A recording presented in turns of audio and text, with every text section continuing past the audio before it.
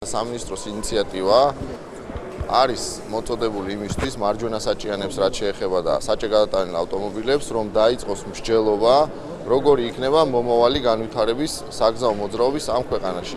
მარჯვენა საჭიანი ავტომობილების რეგისტრაციის აკრძალვას ბორჯომში ადგილობრივები აფასებენ. მძღოლების ნაწილი შინაგან საქმეთა სამინისტროს ახალ ინიციატივას ეთანხმება. ზოგიერთი კი ამ რეგულაციის წინააღმდეგია. საქართველო არის ჯერ ასეთი დაულაგებელი ქვეყანა, ასე რომ ვთქვათ. რაც მოეპრიმათ იმათ აქვთ, ქონებაც აქვთ და ყველაფერი აქვთ. ამ გადავყოდებულ ხალხს ძლივს იყიდეს მანქანები, ძლივს ჩამოიყვანეს. მარჯვენა იქნება თუ მარცხენა, რა მნიშვნელობა? არაპრაქტიკული არის. მარჯვენა მხარიანი ვინც არის, უნდა იყოს იქ, სადაც არის, აქ არა უნდა, აქ არის მარცხენა მხარიანი. ვისაც შემოყვანილი ყავს, ის ცოდუა უკვე და ახალი აღარ შემოვიდეს, ნახდათ აფერხებს მოძრაობას. სადაც მარცხენა მხარეზეა მოძრაობა და აწყობილია ყველაფერი მარცხენა მოძრაობის იმათ, რა ქვია, ხო? იქ მარჯვენა მოძრაობა როცა შემოდის, ის ყოველთვის ურევს. ან უნდა იყოს მარცხენა, ან უნდა იყოს მარჯვენა. მე არც ვეთანხმები და არც უარს არ ვამბობ, მაგრამ ვინც იყიდა იმათ ხო თხა დახარჯეს. წოდონები არიან ისინიც. კაპიკ შეგროვებული ფულით იყიდეს სახელმწიფო თავის სასარგებლოდ აკეთებს ყველაფერს. მაშინ თავიდანვე არ უნდა მიეცათ უფლება რომ შემოეყვანათ. შემოიყვანეს, ეხლა გძალავე როგორც უნდა ეგენ თავის სასარგებლოდ აკეთებენ ყველაფერს. ანალოგიურია საკითხისადმი მესამე სექტორის დამოკიდებულება. არასამთავრობო ორგანიზაციების ნაწილი ფიქრობს, რომ მარჯვენა საჭიანი ავტომობილები მოძრაობისას გარკვეულ საფრთხეებს ქმნიან.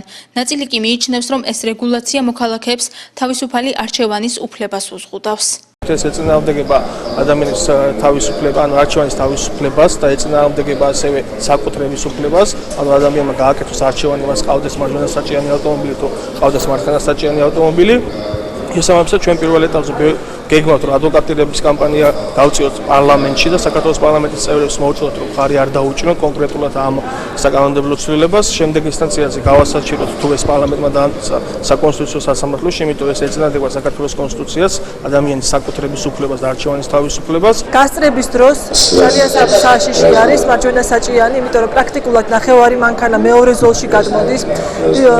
განათების და შუქების თვალსაზრისით მოპირდაპირე მძღოლს ძალიან დიდ საფრთხეს უქმნის და პრაქტიკულად მხედველობას უქვეითებს და არის პარკირების დროს ძალიან რთული არის მისი დაპარკირება და სხვადასხვა დეტალები.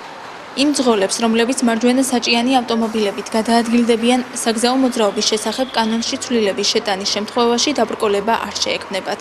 შეზღუდვები არ გავრცელდება ასევე იმ პირებზე, რომლებიც საქართველოში უკვე დარეგისტრირებული აღნიშნული ტიპის ავტომობილების შეძენას გადაწყვეტენ.